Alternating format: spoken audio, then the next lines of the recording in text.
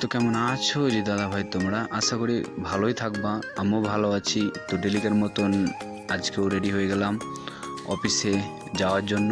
তো চলো যাওয়া যাক।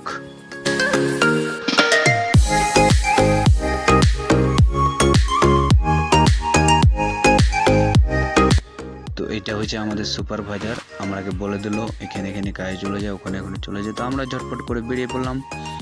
তো বেরিয়ে রাস্তাতে দেখতে পেলাম তালকুর, এই যে সে আমাদের বাচ্চাদের খাওয়ার গাইস।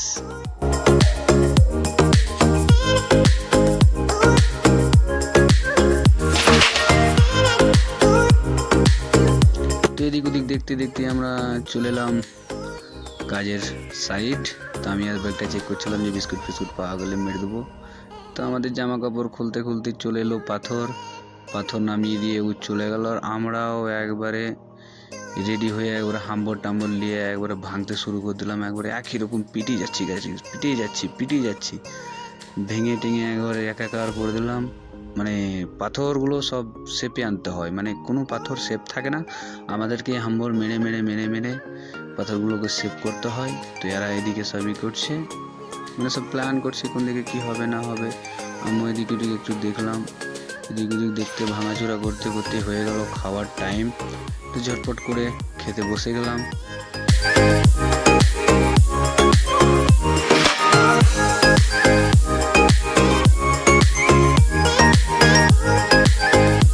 খেয়ে দিয়ে আবার লেগে পড়লাম কাজে। তো আমাদের গাঁথনিটা স্টার্ট হয়ে গেল, গাঁথনি স্টার্ট হতে হতেই আমাদের সন্ধ্যা হয়ে গেল। তো আজকের কাজ এখান থেকেই শেষ হলো। তো আবার তো জামা কাপড় পরে বেরিয়ে পড়লাম।